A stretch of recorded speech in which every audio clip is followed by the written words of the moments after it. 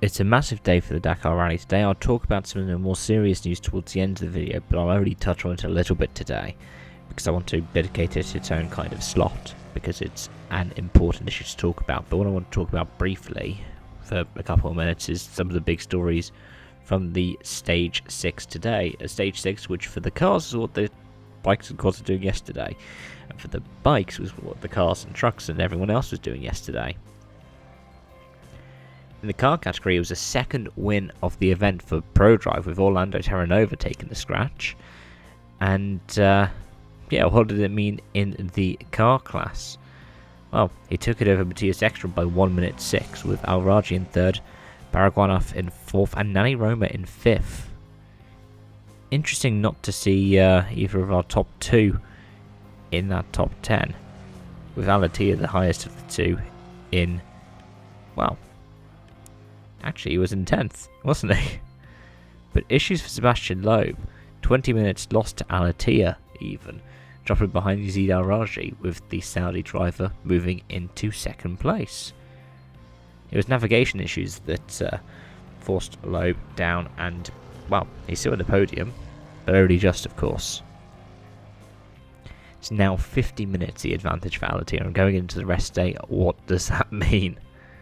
Well, it means different to what we're seeing in the bike category. Gas Factory Racing getting a 1-2 with Sanders leading home Sunderland by 2 minutes 26 and Walkner 10 seconds further behind Sunderland.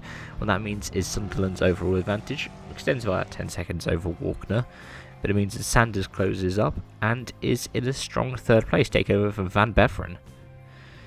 If we go through the other categories as well, Maximov took the scratch today, 9 seconds ahead of Giroud, but Giroud ends up extending his advantage over Capetti.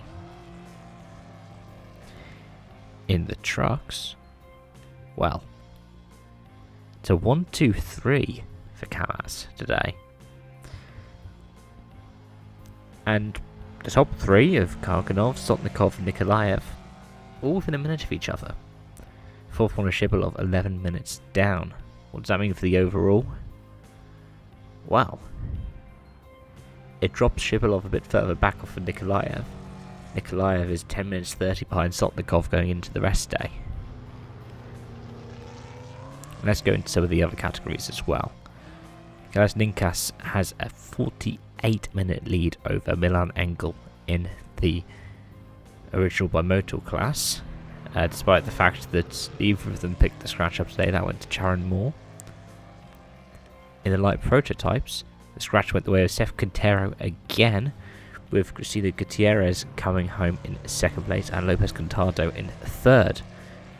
That means Lopez Contado still has an extended gap over Sebastian Eriksson, now 23 minutes, with Gutierrez the third place actually.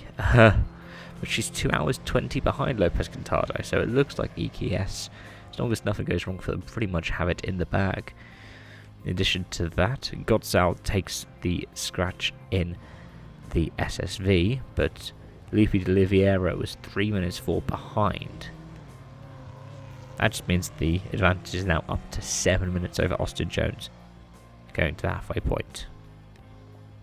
To round it off, let's talk about the Open. Treboni is nearly 8 hours clear of Wicklow, and in the Classics, it's Pliego ahead of Mogno, ahead of Uvard. But let me know your thoughts in the comment section down below, and I'll be talking more about an incident that has happened in a following video. This was an incident before the rally, in which a bombing or an explosion happened and injured competitor Philippe Boutron, who had to withdraw from the event and was placed into a coma. He has since awoken from it, but considering serious discussions over safety in motorsport in Saudi Arabia after the Ypres and Diriyah last year, for example, it gives you a lot of questions, especially as Dakar has now spent this third night in Riyadh, and it'll be spending the rest day there as well. It raises questions about safety and security on the Dakar. A serious topic that, as we've seen in the past, have horrible, horrible consequences. All the best, stay safe out there, thank you for watching, bye for now.